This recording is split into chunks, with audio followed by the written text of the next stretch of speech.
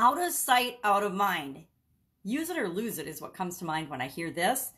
Have you ever had a long distance relationship? Have you ever had a time in your life when you just shoved something aside and pushed it aside and ignored it, hoping it would go away? Well, sometimes it goes away, but more often than not, it rears its ugly head and explodes in your face, right?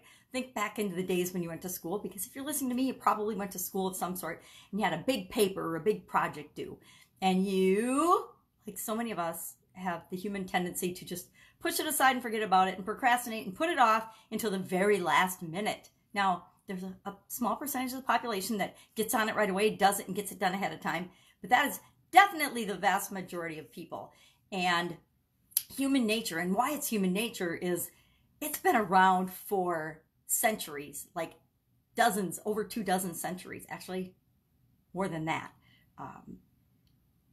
Homer actually wrote about it in the Odyssey. He wrote about out of sight, out of mind. And then in England in the 1200s, it was also really popular. So 850 BC is when the Odyssey was written.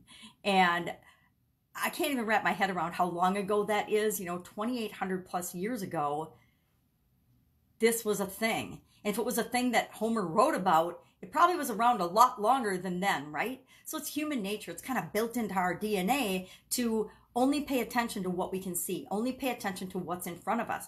How often do we form our opinions based on our five senses, what we see and what's right in front of us? Even if it's not true, even if it's totally false and fake, we might form opinions and form our judgments around something because it's recent, because it's something that we've seen and paid attention to recently. It's the theory of recency, which is a whole nother topic, but think of out of sight, out of mind, and knowing that it's our human nature and it's our tendency to not pay attention to things that we don't see. How are you going to, as a business owner, combat that? How are you going to take that human tendency and instead of having it be something that could harm your business, turn it into an absolute benefit and competitive advantage for you? Well, you're going to be loud. You're going to speak up. You're going to get your voice and your face or your brands out there in front of people, and you're going to be consistent about keeping it in front of people. You might not be like me and do it every single day, but you're going to be consistent so people know when and where to find you when they need you. We have problems in our lives, right? And when we have a problem, it's in our face and we need to do something immediately to solve it.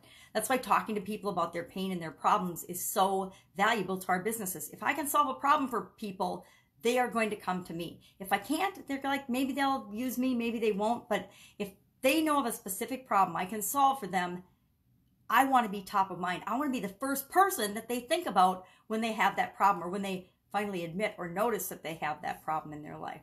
Because a lot of us, I've been guilty of this, will ignore a problem hoping that it'll go away. I've done that a lot with my health over the decades, and I'm finally learning to pay attention sooner to when something doesn't feel right in my body and then do something about it versus waiting till I have to go to the doctor and have them do something about it. Because guess what? If I'm expecting somebody outside of me to do something about it, it's going to take a whole lot longer to get better than if I just decide to manage things and set them up so that I never have that problem or I don't have that problem.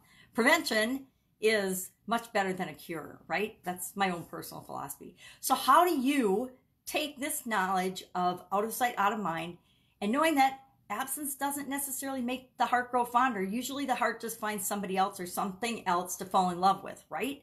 So how do you take that and put that to work in your business to make sure that you are always in your perfect customers, your perfect prospects' mind, top of sight? You want to be in their face. And you do that by being consistent, by being loud, by getting your voice and your images out there, by being everywhere. And I know by being omnipresent, this sounds impossible, but it's actually really, really easy. So today, don't be out of sight, don't be out of mind. Get out there, start putting systems in place to make sure that you are omnipresent, that you are everywhere, that people can find you and do see you. Because if we're invisible, guess what? We're out of sight, out of mind, and that will kill your business, right? Catch you tomorrow. Bye.